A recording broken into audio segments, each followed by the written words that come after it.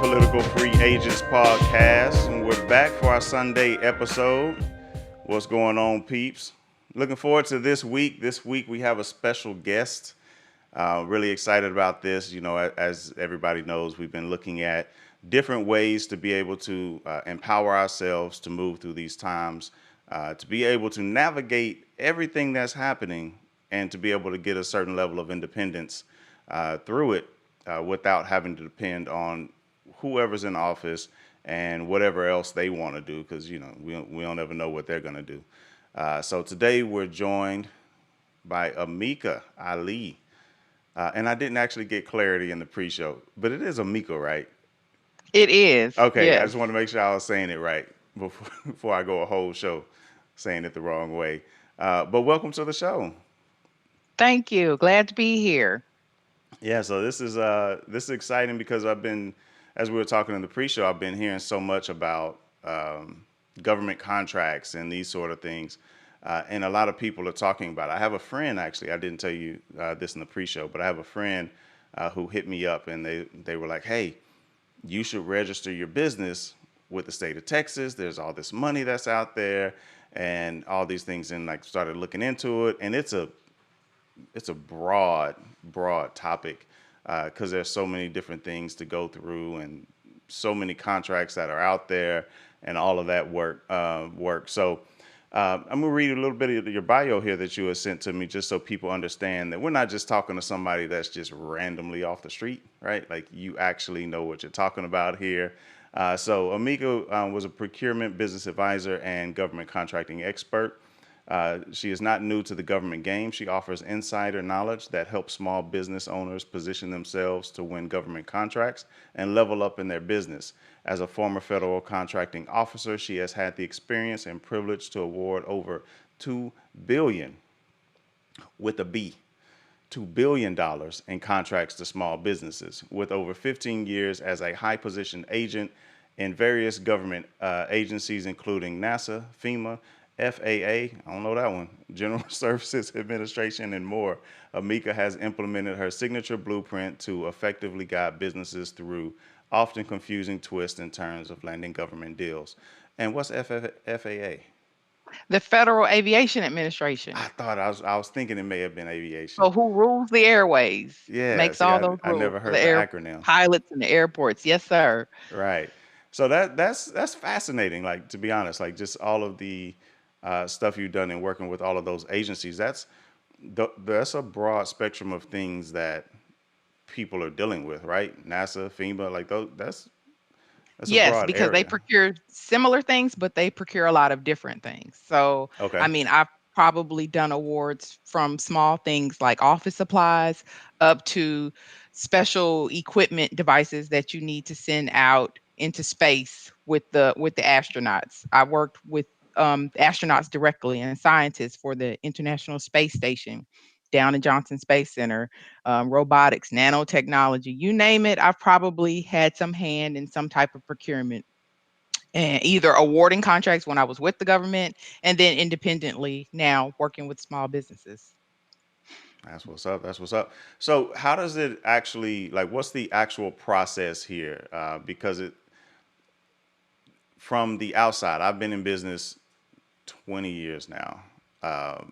And when people talk about government contracts, it just seems like there's a bunch of red tape, a bunch of paperwork, and things of that sort. What's the general process of getting started in this sort of So the contracting business? general process is first steps getting registered. So you need to determine who you want to do business with. Do you want to start with your local government, your county, your state, or do you want to go federal? So you register either with like the state of Texas, for instance, you register for the federal government in one system. That's the beta.sam.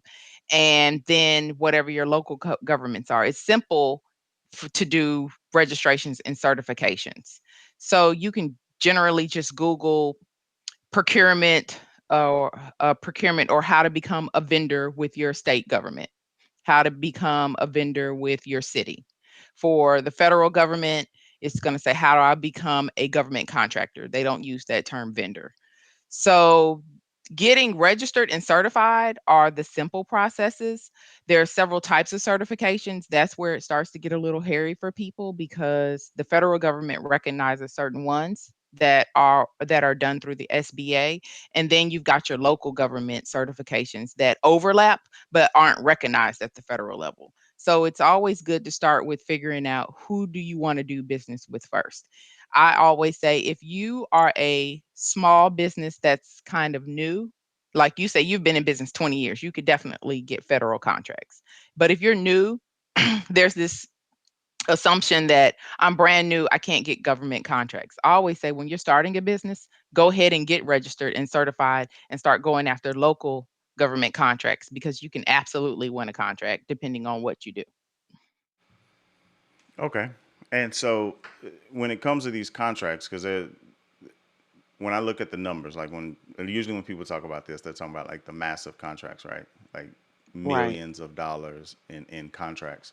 Are all the contracts these big long projects, or is it kind of split up to where you can do, multiple contracts in a year, or is there any limits on the number of contracts you could procure at a time? So there are no limit on the number of contracts that you procure. It's all about your business's bandwidth. So, and your geographical location. If you feel like that you can find tons of solicitations and you want to compete for them, as long as you know that you can fulfill that contract and you win it, go for it. So, and your next point about these really large $1 million contracts. Yes, they exist and they're out there and they're written every day. But a lot and the majority of contracts are written at these different thresholds. There's something called the simplified acquisition threshold. So anything, well, we'll start with micro purchases. Micro purchases are $2,500, $3,000 and under. You can find, let's say, you do catering or food delivery. Say there was a disaster and FEMA was coming out and they need food delivery services for some of the survivors or for the employees that are just out there in the field. They will write small purchase orders or do what's called a P card purchase. It's a government credit card. And they will find people in the local systems, well, they being me, a procurement specialist, will go into the system. The requirement comes, we need these meals. We'll go in, find companies that are registered. So that's the importance of being registered. Whether you thought about doing business with the government or not, I always say get registered because you never know. I've done it tons of times, especially working at FEMA. You're somewhere and they want to give the money to the local business. So we're going to go in the system, look for you, literally send you an email or call you up and say, hey, we need 100 of these meals, or we need 3,000 meals, and they will just ask you for a quote, send it over. It doesn't have to be a complex, fancy proposal submitted. It will be something similar that you would send to anyone in the general public. Send it over. If the price is right, they're going to ask you, do you accept credit cards? If you say yes, okay, great. We're going to pay for it by credit card. Or if you don't accept credit cards, they'll write you a simple purchase order. And it's really that simple. So for small items under the micro purchase threshold and simplify acquisitions, which is 25,000 up to 150,000, you'll get purchase orders. And they can be for one time or depending on the terms and conditions of it, that's why it's important to read your contract. They may do modifications or change orders. So something starting with $100,000 could end up being $300,000 because it costs money to re-procure these items. So why not just extend the existing contract and up the Right. quantities or up the value, extend the period of performance. So yeah, those and the majority of people get contracts in that range. So those Okay. really large dollar value contracts, there are certain industries. So you know that you're going to deal with construction getting multi-million dollar contracts, depending on Right. what it is. IT services, cybersecurity. So there's certain industries that just command higher dollars, engineering, architecture, those types of things, of course. But everyday things, think about what you procure just as being an individual in your home. You got to clean your house. Maybe you have a cleaning service. Maybe you provide supplies, foods. I mean, you name it. The government is outsourcing that. They don't employ janitorial services. They don't employ when there's mold in the facility and they need HVAC repair. Let's say they Right. have more staff than they needed and now they're leasing space and they need to add more cubicles. They need to bust out an old file room. They're going to have a handyman come in and do that. Are you bonded? You can come in and do things for $70,000, $80,000. So it varies on what your industry is. But the point is, you can get in immediately and start making this money Okay. immediately. Yeah, that's interesting. So one of the things that I always had in my head that you kind of touched on is with all of these contracts, there's all this like the request for proposal, all these RFPs that you have to submit, and it just seemed like all the RFPs that I've seen in general, and I haven't seen a ton. I'm just saying like the ones that I generally have seen are like pages of like written documentation and all this extra stuff, and that's what in my head was like, well, getting into this means I have to start writing all of this documentation and explaining, projects and all this sort of stuff. And it just seemed like there's a bunch of legwork that you have to do. Mind you, I'm a programmer, so I'm thinking about it from that IT side of a software project, not necessarily the other things that you mentioned there. So it seems like there was all this sort of paperwork. So in terms of those like RFPs and things, are those generally things that do have to happen in certain industries? Oh, absolutely. So an RF, if it's 25,000 and over, an RFP is always going to be issued. It's going to be put out on one of those public boards. With the federal government, it's beta.sam. And with your city and local government, you would just Google City of Houston bid opportunities, something or procurement opportunities or Okay. RFP. And it's going to pop up and they're going to show you a whole list of them. So in the IT space, generally, yes, it's going to have to be a detailed proposal because the government, they know what they want, but they don't necessarily know exactly how to get it done. So that proposal is for you to show your innovative way of how you can meet their need. So they basically will give you the framework of what they need to get done and but you have to say this is the best way, this is the most efficient, cost effective way to meet the government's mission. So a lot of times the standard proposal is about 30 pages or so. It can be larger and that will be specified in the solicitation as well. And generally, people aren't writing them themselves. You need to hire a technical writer. I'll just be honest and upfront with you. You got to get a technical writer to do that kind of stuff for you. There's a general framework to it and there's a general review process and that's going to be listed in the solicitation. It'll say we're reviewing this based on best price, best value, the technical capabilities, past performance.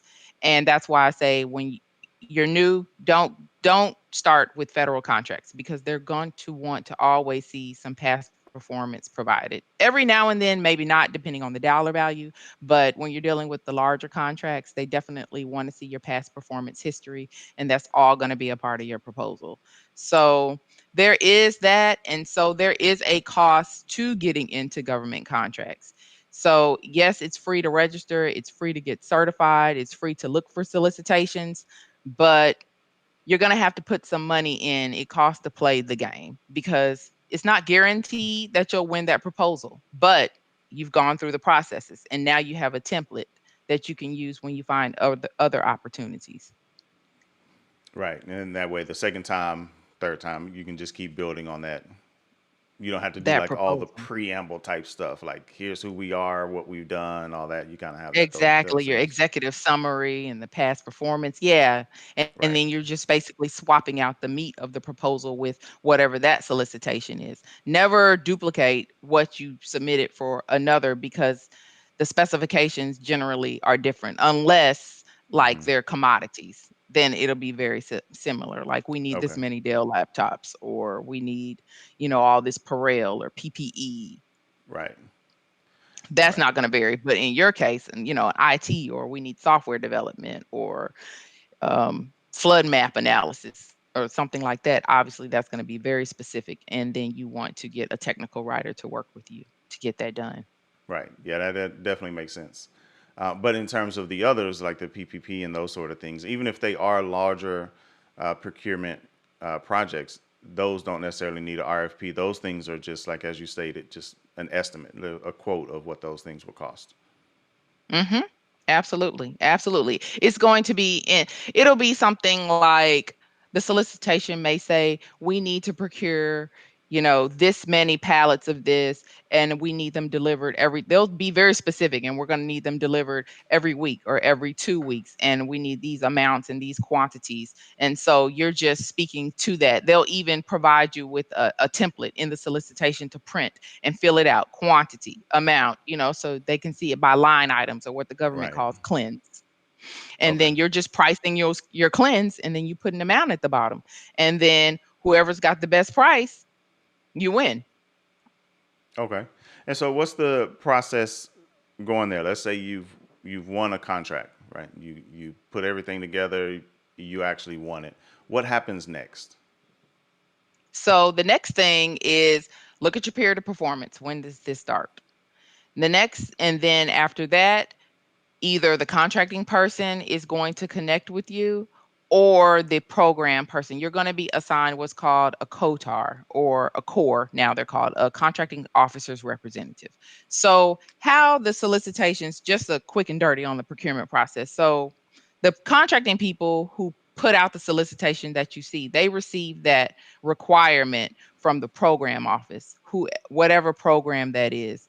If it's FEMA and they need a bunch of shirts, Hmm. or NASA for whatever the procurement is. It's going to come out of the program office, and they're going to give you what's called a statement of work. That statement of work is what you all are preparing the proposal to. That's all the technical specifications. The contracting people don't know the technical parts of the job. They rely on the technical people to provide that. And then we input it and put it up into the public so that you can bid on it. Um, so look, I'm digressing. So what was the what was the part of the question? Can you repeat it? Basically, what happens next? Like you've been awarded that contract, and Okay. what's the next Okay, so steps? the core, the contracting officer representative, is your main point of contact. They're the one that's going to reach out to you and say, "Hey, so your period of performance starts on this day. We need to know who's going to be coming on site, so we can get copies of your identification and get you cleared and get the badging. If you don't need to come on site because you're just shipping things, it's just going to be you receive that purchase order and you have an estimated delivery time. They're expecting it'll be on there. We need these items by this date. And so you just get to work getting those items to the government. And if for some reason you're going to be delayed, you need to communicate that to your contracting person. They are the procurement specialist, contracting officer, all the titles are interchangeable.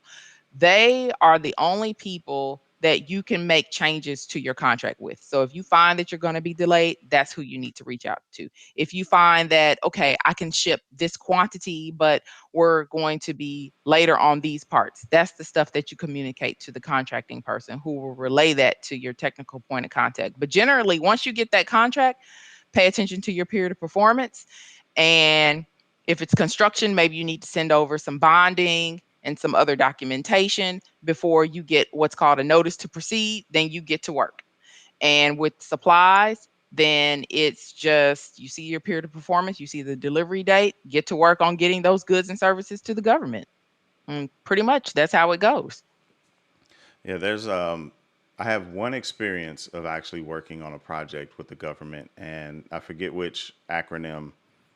I remember the logo, but DoD or something. But anyway, it was a software project, and one thing that stood out to me at that time was they wanted to do something and it wasn't clear. We had a misunderstanding of what it was, and they were like, "Oh no, that's the price.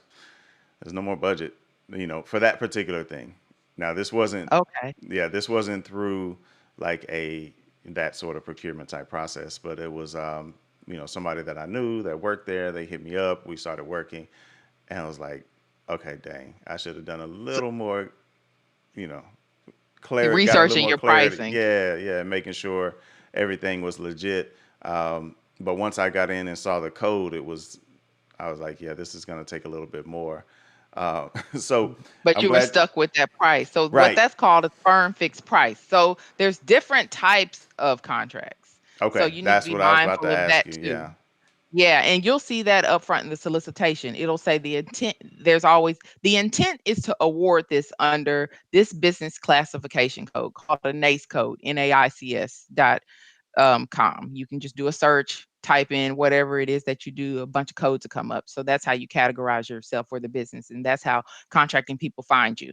But it'll say the intent is to award under this next code to, and it is intended to be set aside for a small business or set aside for a woman-owned small business or a hub zone, etc. And then it will say the estimated is intended to be written at firm fixed price or cost plus award fee or an IDIQ. There's a bunch of different type of contracting vehicles. So I'm glad you brought that up. That's a good point that when you get into this, you need to get educated in what's called the Federal Acquisition Regulation, the FAR. That is what contracting people and the government contractors, that's their rule of law. You follow that. That's how contracting is put together. All the terms and conditions come out of the FAR. If you want to have options, all of that's coming out of the FAR. So when you see firm fixed price, that means that all of the, let's say, all of the burden is on the contractor and not on the government, because whatever you negotiated, you sent that quote, you said they're going to expect that you did your due diligence, you know what it's going to cost you to get the job done, and that literally is all that they have. That's all, that's what's called committed. So when the program office decides they want to get a certain procurement, they've already done some market research on their own. They've gone out to see, okay, there's a couple of businesses out here, and based on industry trends, we think it's going to cost about this much. They go to finance, they get their pool of money, they say, this is what we have committed for this job. It comes over to the contracting person like myself. So I know when I'm looking for a small business to do it, I only have this much to spend. So when these quotes come in, you need to be in what's called the competitive range. If you price out of that, even if you were technically acceptable, great, I can't afford you.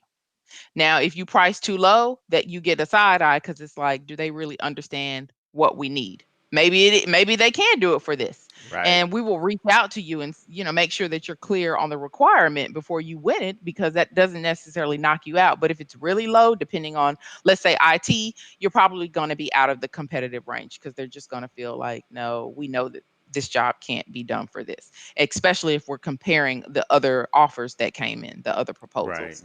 So yeah, good point. Firm fixed price. Yeah, it all of the burden is on the business owner. Now, if you get a cost contract, all of the burden really is on the government, because when you get a cost type contract, you are preparing a proposal saying it's going to cost, and you're getting reimbursed for all of the cost of doing the work. And if you do a good job, you get an incentive fee at the end, or because we rate you on the for performance. So based on those ratings, you can get a bonus. So you get paid to do the work, and then you get a bonus on top of that. What's this about a bonus? Yeah, these cost You plus contracts. Yes. okay? And So IT, you'll see that a lot, the cost plus. Yeah. okay, yeah. I didn't think the government be handing out bonuses. Yeah, yeah. If you do a good job, you get they have fixed fees, so up front it'll be a cost plus fixed fee. So you see, oh, when I complete this project or halfway through, depending on how it's written, or quarterly, oh, I'm gonna get an extra. I can get my full bonus. It can be $100,000, or it'll be a percentage of it, depending on what your ratings are.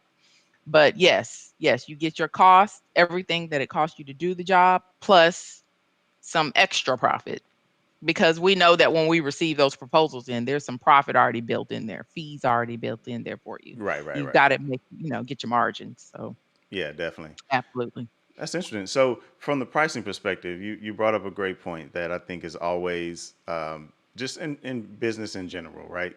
Anybody that's out looking for some service from some company, they want to do some sort of price check, right? Like they want to see how does company A, B, and C compare, and if A, B, and C all come in around the same, they may go for the second highest if they feel more comfortable with that one, if they're close, right?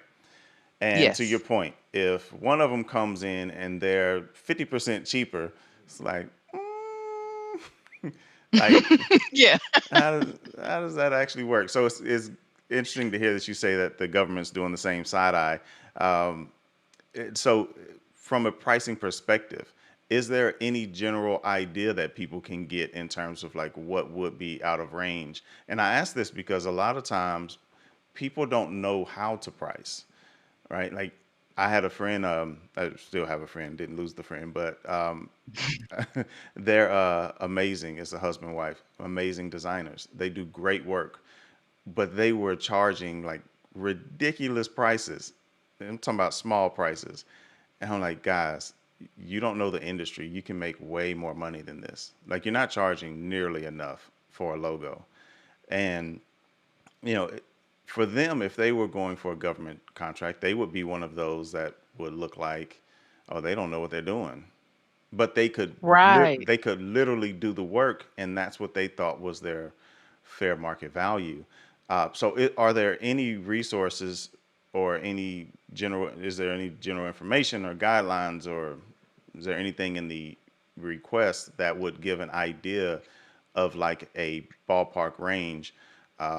Because of the idea of like leaving money on the table, right? If you could Mhm. make 50 but you only bid 20, you're leaving 30, right? And so, how can Exactly. people better price themselves to fit within range, win the contract, and get all of the money that is potentially available to them? Got you. So there's a couple of ways. So let's say you bid on it and you didn't win.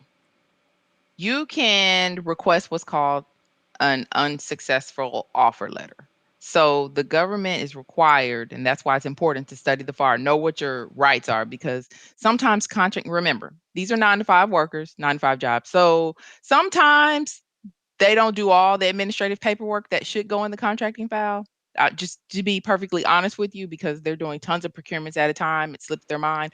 Right. So it's you got to do your due diligence and say, okay, I didn't win. Can you provide me with an unsuccessful offer letter? That offer letter is going to tell you who won and for how much. So that's one way to see, oh, they won for I was my price was this. Okay. So that gives me an idea. So next time I'll know better.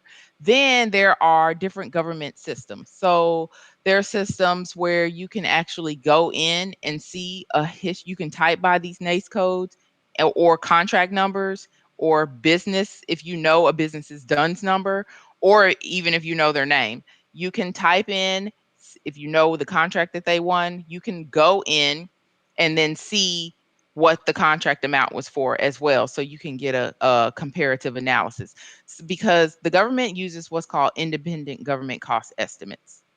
So that's where we come in and do that market research, the technical side. That's how they know how much money to commit. So they can't release the independent government cost estimate because obviously then everybody's just going to bid to that amount. Right. So they can't release it. But a tip is if you find out when you find a procurement, I always tell my students, this is what you want to do. Call that contracting person listed in that solicitation. Say, is this a new requirement or is this a recurring requirement? If they say that it is a recurring requirement, find out who the incumbent is, so who currently has it. So then you can go into that system and see what the current contract amount is. And 9 times out of 10, the the new award is going to be somewhere in that dollar value. So you want to look for modifications. You want to see if they kept upping it. And they'll have notes in there on why. Maybe it'll just say it was an incremental funding mod. It was just a funding modification, but we don't know why. Um, you can price similar to that because what they're going to do is they're going to basically reuse that independent government cost estimate, throw in some inflation because maybe this contract was written a year or 2 or 3 years ago. And then you kind of price in that general range, and that will help you stay for the most part in that competitive range. So you can also do FOIA requests, Freedom of Information Act. So they're going to redact certain proprietary information out of people's proposals. But you can do those requests. You can reach out to the contracting person and say, I want to do a FOIA request on this contract. I want to get this information. And then they will release it to you. So those are a couple of ways that you can do it. But the easiest way is to go into, like, there's a system called FPDS, for Federal Procurement Database. I think, yeah, that's what it's called. And it's actually being migrated into another government system. But you just go into that system, type in your NACE code for what it is you're doing, and then all these contracts will show up. So you're just looking for what it is that you're interested in competing on, and then kind of price within that range, and that will help you out a lot. And there's a general formula, but unfortunately, like I said, they can't release that to the public. So it's Right. all about doing your research. Yeah, and it may take you a couple times out the gate to kind of see, like lose Mhm. one, then go research and see, like you say. With the FOIA request, how long does it take the FOIA request to actually return? Is that like a long process or? No, it's a simple worksheet. It's funny, when I was in college, I'd interned with the FAA before I worked there, and Okay. I was in the office doing FOIA requests. So they just, like, a one sheet, say what it is you're looking for, and we submit it over to the appropriate government office, and then they will get that information out within a week or so. It Oh, doesn't take okay. very long. Well, Yeah, that's not that bad. yeah, Yeah, not and at so all. you say they won't give all of the information whenever you're going through the other approaches with FOIA. Is there more information that comes out that they'll give you, or is it pretty much generally the same? It's not the same. You'll actually probably get a little more information with a FOIA Oh, okay. request, but they're good because you're going to see proposal information, but they're going to redact a lot, all the proprietary details Right. out of it. But if you want to see an actual dollar amount, like, okay, I found this contract. I heard that it's going to be recompeted, and I know what agency it is. Then you can go into this system, type that contract in, and see the actual dollar amount. There's no guessing. You're going to see it. You're going to see Okay. the modification numbers, like, it's been modified this many times. You can call the CO and say, what were the modifications for? Find out if it's funding Okay. or whatever the case, because it could be just a peer to performance extension and then the dollars don't change. But you'll see all of that in the system. So all of this information is public, but if you don't know what you're looking at, Right. then it's like a bunch of gobbledygook to you. Yeah, yeah, yeah. That's where someone like yourself comes in. Exactly. Exactly. Let the experts do the hard stuff there. So, when it comes to the information, that's available and that's out there, or excuse me, the contracts, you mentioned about renewal contracts. How, like, well, let me say, how do I say this? With those renewals, is it common that you can supplant the company that was there before? Like, let's say, I'm providing a service, right? And I'm coming in at $50,000, and we've been doing this for 3 years. It's been set and solid. Now somebody else comes in and they're at 45, right? So Mhm. not too far off, but it's still $5,000 less. Is it common that the government would be loyal to that company at 50, or let them know, hey, you've been underbid or anything? Or is it every single year it's dog eat dog? You either Yeah. win or you don't. Pretty much, you win or you don't. If they recompete it, it's up to the incumbent to submit a new proposal. And if they get outbid, then they get outbid. But that the government does what's called best value. So even if this company underbids you by a couple of $1,000s, if the technical description, that information isn't where it needs to be, then you're going to keep the contract and they can justify it in their documentation. Yes, this company came in at 45, this one came in at 50, but they were more technically acceptable for X, Y, and Z reasons. As long as it can be documented and justified, then you will maintain that contract. Okay. And so now to put my conspiracy theorist hat on, how often does that sort of stuff happen to, the good old boy system, or within the good old boy system, right? In the phrase of like, well, I know Jim. We've been working together for 2 years. I'm just gonna go ahead and accept this one and make some excuse of, you know, why I want to keep that money going towards Jim. Got you. So, I mean, the reality is it does happen. I'm going to say for the most part that happens when you're dealing with like really high dollar Right. contracts. Like for instance, FEMA has contracts for, I'm not sure if people know this, but if you live in a flood zone, that mapping is done by FEMA under a risk map contract. Architecture and engineering firms get those contracts. So they end up doing things where they compete. They've done market research and they're only accepting proposals from certain companies. And Okay. so that it's just how it's set up because they feel like they've done the research and there's only so many firms that can do this. And what's funny is, and this is why it's not so much a good old boy system as it's really partnering and knowing who's your competitor and who you're in this space with. Because what these big companies do is they just create joint ventures and then they go in together and then they they Ah, win the contracts. And so once, because what happens is on a really large contract, sometimes the government will award to two companies and they will write it in the solicitation like there's 8 different tasks. We and then these companies will submit their proposals and they'll say like, you know what, they were really spot on with task 1, 4, 5, and 6, but this company was really like great with 2, 8, 9, and 10. And then they will award a contract to both of you. And then they will say, we want you to do these tasks and we want you to do these tasks. So it's all interesting. about the relationships. Yeah, it can Okay. happen. It can happen. That's And it interesting. does happen. Yeah, I didn't think that that would be the case. It's like, hey, you need to now work with your competitor Yeah, to get yeah, this stuff done. exactly. Yeah, and even if you're not working directly, because they'll break it out in the Right. task, and it's like you handle this part and you handle this part. But also speaking of competitors, if you do lose and you lose because sometimes there's set asides, meaning the contract is only for small businesses to compete for.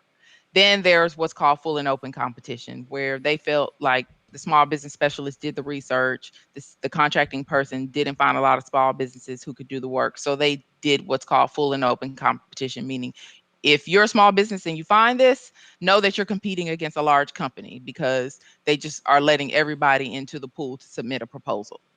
If that large company wins, depending on the amount of it, and again, you can look in a system and see if there's what's called a subcontracting plan.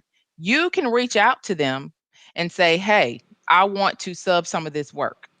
And the contract Ah, requires that you become well, depending on the contract, how large it is. There's requirements for that prime contractor to sub a portion of their work to small businesses. So even if okay. you don't win it and you find out, oh, well, the prime is this big company, I know I can do this. I didn't win. Let me see if they'll sub this to me. So that's a way for you to get into the government as well. There's nothing wrong with being a subcontractor. It counts as past performance because remember at the top when we were talking, I said, Right. don't go after federal contracts if you don't have any past performance. Guess what? When you sub, that counts as government past performance. So there's nothing wrong with getting on a lot of Okay. sub work. And that can make you, it's not like nickel and dimes. Right. That's like, it can be a lot of money and being a sub to a prime contractor. And you can find that out from the contracting person reaching out to them or requesting that unsuccessful offer letter. And again, if you see existing contracts now, and you can do some of that work, go ahead and reach out to them. There's certain sites like the SBA has a website called Subnet. You can search by what it is that you do by your state and find all these big companies who currently have contracts and start going after them. So, people that are listening now, go ahead and get yourself registered as a vendor and you can start with that just on your own without even Right. trying to get a direct contract, just to kind of get your foot in the door, get your feet Yeah. wet, learn how this all works and start being a subcontractor. That's pretty smart. So my brother and I were talking yesterday. My brother's, you know, very very knowledgeable. I always tell people, they think I'm smart because I'm a programmer, because I know computer stuff. And I'm like, nah, I'm not the smartest in the family. My brother's crazy smart, and like he has this like he worked in the trucking industry for years, and I was talking to him about, like, dude, you know, this money's out here for, these trucking companies. Like, if you thought about going that route, right? Like dump trucks Yes. or like whatever, not just oil, sort of thing, which he did a lot of work in. And he was like, well, he started laying out all these things, like we got to have this insurance and this and this and then, like just going down the list. And I was like, well, what if you just had drivers that were driving for you? And he's like, well, then if you're contracting them, like how does that liability fall and that sort of thing. So I bring that Mhm. up to say, like, what happens in that scenario where I'm the prime and I'm subcontracting to other people and they blow it in some sort of way? How does that impact my business?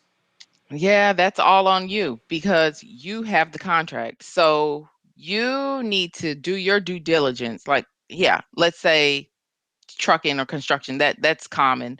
Um, you have to do your due diligence. Like these people, if you're working construction, you need to make sure that they're bonded and insured. And the government's going to ask you to submit that paperwork. That's going to become a part of your contract file. So they're going to need to see all of that up front.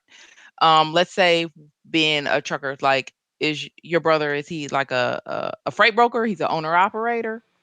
No, no, he was working at a company that just shut down not recently because they were all in Okay, oil. But got that's what I you. was talking to him about, and he was talking to me about owner operator and all that sort of stuff. And so I Got was you. just encouraging him to, like, hey man, look at this sort of So if thing. he has an MC number, then he can bid. Like I would say, if you're a dispatcher, you can't get trucking contracts. But if you're a freight broker or an owner operator and you've got your number, your MC number with the Department of Transportation, and I know they needed a couple of other, they have to have their factoring company and different stuff like that with truck drivers. As long as they have that documentation, it can be done because I've actually worked with a couple of people who have trucking contracts. So what happens is they're not the driver, they're just the freight broker and they got the contract.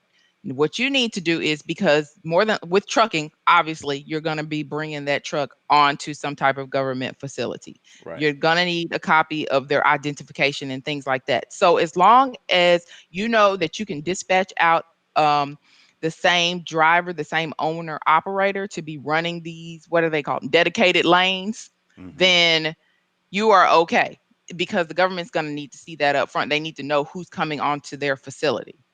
So as long as you've got that person, you're okay. And I know with owner operators, they've got to have all the insurance and every time they go pick up a load anyway. So it'll be the same thing as if they were dealing with the public with the government. As long as they have that same documentation, and if you're an existing owner operator, you have it. We're gonna go through the systems and look and make sure their driving is okay and all of that good stuff. Then who you choose to go and pick up those loads, then as long as it's on your contract file, then they will let them on site and they'll let them do the job. Like you mentioned, dump trucks. When there's disasters and hurricanes, you're not necessarily coming to a federal facility, but you've got to have your insurance and you can go out and go pick up debris or whatever the case may be. So that's strictly on you, the um, the government contractor, to make sure that you have all your ducks in a row, your licensing, your bonding. But again, that's all going to be a stipulation of the solicitation. So it's not going to be a surprise on what you need to provide. So if you know that you can't get those things, then maybe you don't need to bid on that solicitation. But if you know Right. that's not going to be an issue, then go ahead and go for it. But there's never going to be any surprises at the end, like, oh, we need a copy of this and that. No, all of that's going to be stated up front. And generally, you're going to have a time period on which you need to submit that information, or your contract will be Gotcha. terminated. So in that vein, that's a great segue to my next question was, when things go sideways, something goes left, project doesn't work out, whatever the case may be. Let's say if it was trucking and you have two trucks and one of them breaks down, now you just can't meet the requirements of the contract. Um, if they Let have them know as soon as possible. right, and so in that case, if they've paid money, do you have to refund all of that money if you have already provided some of the service? Like, what is that process and how litigious does it get? because fighting the Okay. government is not something that I don't think anybody likes to do or wants to. Yeah, you don't want to do it. It's no fun for Yeah. either side. Um, well, to be honest with you, you don't get paid up front. So the government is net Okay. 30 most of the time anyway. So you're going to get that contract. They're going to tell you the day to start. You're going to go run that load. You're going to go do that work. You're going to invoice and then you get paid. So in that sense, you're not really going to run into an issue. Now, in the middle of, let's say you're doing your run and then the truck breaks down, you need to you need to figure out, okay, how can I get another truck out here to finish this? You need to do everything you can to meet the term of your contract. If you can't, then you need to reach out to the contracting officer and your core and let them know what's going on. And if it's just a fact of, you know what, this truck broke down, I've already called, I found out that I can get another one, but it won't be available until this time. Then the contracting person will talk it over with the technical rep, find out, like, is this very time sensitive, or can we do a modification to extend the period of performance or change the date, the delivery date. So it's not a negative thing because stuff happens all the time, but you need to communicate that, and it depends on if you know that you can do the job, it's just going to be delayed because something happened. As long as you communicate that and it's not super time sensitive, then they'll just modify your contract. You're not going to lose money, or they're not going to ding you and take off, $100 or however much. You're not going to get deducted. You'll still get your money. They'll just modify the contract. Now, if you can't do it, Right. then they're going to terminate your contract and find somebody else. They would rather not. A procurement, when I was a CEO, and all CEOs will probably say this, that's the last thing we want to do because it is so much paper. It's a paperwork nightmare. You have to modify the contract, say you're terminating it, put in all these justifications on why. I mean, we're like little paralegals, we're little lawyers. So it's all of this documentation. So that's the last thing that anybody wants. We don't want to terminate your contract Right. because it's just too laborious in itself. So just communicate what's going on. And 9 times out of 10, the CEO is going to go to the core and say, this is what's happening. The core reach out to you because of something technical happening. You explain it to them. And as long as they're clear on what's going on, we'll just modify your contract. Okay. Interesting. Interesting. There's so many gems in here. you definitely, you definitely know what you're talking about without a shadow of a doubt. So, when it comes to, as we talked earlier about procuring someone that is an expert in this field, like how could you help somebody? Like what services do you provide to help people in this area? So I have a online course, and basically I take you from A to Z. A lot of this stuff that we're talking about, these different systems, I teach my students how to do that. So it's called Government Contracts Inside Out. They can find me at howtowincontracts.com. What I do is take you from A to Z, from getting a DUNS number to getting registered in the federal database to whatever your state databases are, your geographical location. I work with my students hands on. So they go into the course, they can watch the videos, and I designed everything that it's like watch the video, take an action, get the result. Very 1, 2, 3, because I know the government is like, if you try to jump in this and just go to the website, you're going to be like, what am I looking at? So I broke it down in such a way because I understand that. And then in my program, I also do live coaching every Tuesday and Thursday. So wherever you are in your process, I will work with you. So if you say, hey, Ameka, I do not know how to do this registration, or they want me to send this, we do it together. There's a way that you market to the government. I provide you all the samples and templates. We can prepare your they're called capability statements. We can do that Right. together. But once you get through all of that, this is where all the work gets into. There is what you call government business development. How do you find your target audience? Because we know that there's tons of government agencies at the federal, state, local level. But who's really buying what you're selling? So there's a way to not spin your wheels and figure out where the dollars are going. So I educate you all on how to figure that out. Who's buying what you're selling?